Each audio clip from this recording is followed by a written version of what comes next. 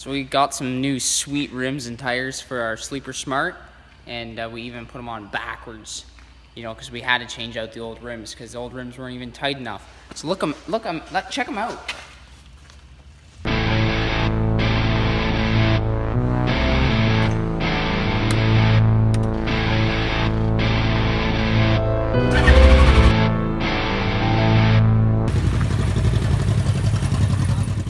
Test drive number 3 to test the new tensioners. Hopefully they don't blow up, and to see what it's like before we re-gear it tonight.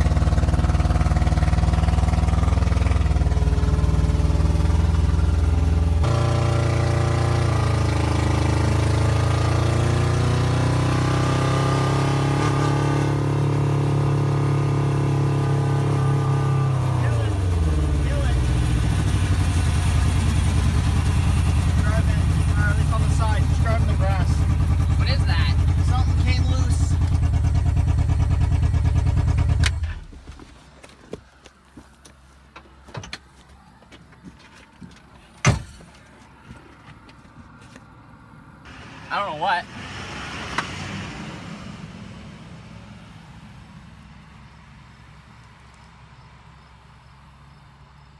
Why was it pulling to the one side?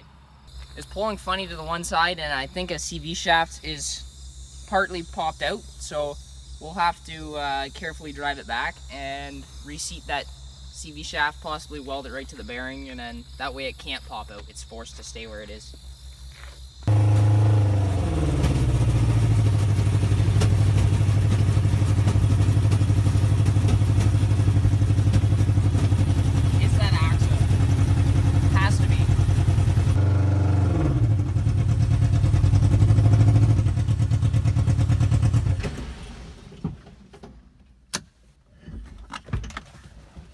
So we thought the hubs were bad. Turns out the last owner never put these in tight. They were only in there a couple threads. So that might be where our problem was. But while we have this all apart, let's see what the brakes are with no shoes.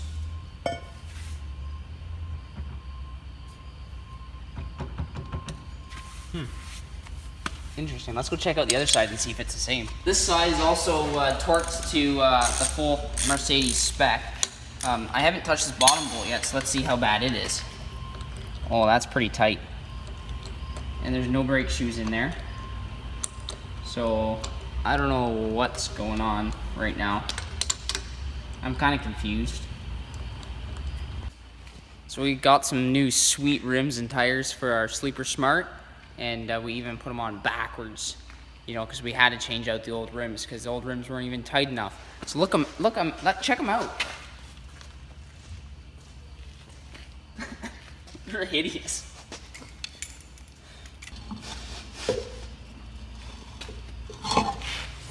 Ow. So I was driving it down the road and it made some cool clicky noises, and I think I broke it. So we're gonna drop the diff out and inspect. So we'll be right back. So I found the problem, and this bearing is a little bit too wide. Only the very tip was in, and this is just starting to wear a little bit. So what I did is I shoved the screwdriver in to get an approx measurement to how far inside the diff it's got to go to seat that little retaining clip. And when I put it on here, I'm way back here. So this retaining clip's not even seating. It's just the very tip was holding, that's it. So that's why we would get a good clunk and it would pop out just a hair. So we're gonna have to somehow find a way to shave off a little bit off the bearing. So I can take a little bit off of this side somehow. I'll probably have to take the centerpiece out and just cut it carefully by hand. And then inside here, I might have to also shave off. I can probably do a 1/4 inch there, and then I might even be forced to take a little bit off of this piece here if I have to. But that's gonna be the next big project on this car before I can drive it again. Also, I got some new gears in, Vortex sprockets and all, and we've got our axle shaft re-geared, and we're gonna see if this will allow us to do a burnout.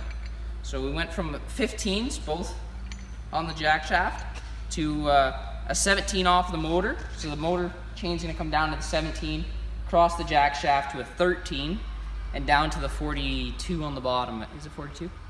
42 on the bottom. And if we need to go anywhere from there, we're gonna have to go to a 47 or a 50 on the bottom. But we'll see if we can do a burnout with this and see how much drivability we lost, because race car.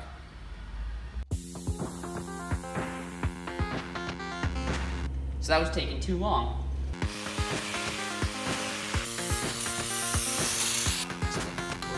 So we're gonna paint this, and then I'll start painting. We're gonna paint this.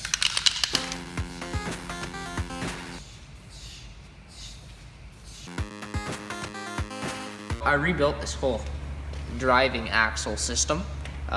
We had the one drive shaft popped out, so we had to modify the actual differential and the bearing carrier. So when we changed that, we had to rebuild the diff bracket mount. So we ended up taking it down to the shop, torched everything out, and rebuilt, started 100% fresh. We also lifted this axle up about 2 inches compared to where it sat before, and got rid of both chain tensioners. So these old shocks, they're garbage, they're worn out, and so we're gonna cut the brackets off now just to make installation easier, and we'll have to put shocks in a different spot after when we buy new shocks. So let's just cut these brackets off.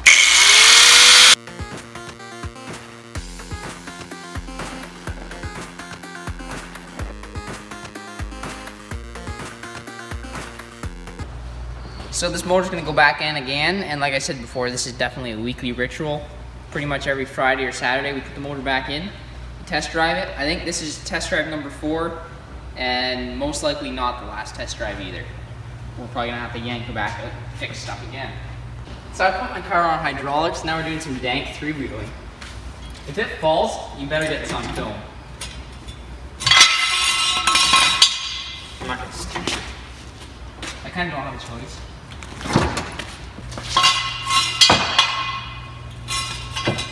So I'm gonna let this side back down. Whoa. There, now you should be able to move that in. Lift that up, go up. Higher. Can it go anymore or no? It's on hydraulics.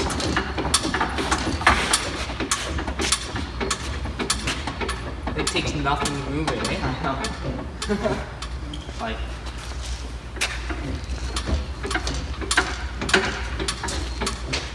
So that means when I put air in there, I can make it go nice down like this, or I can pump it up.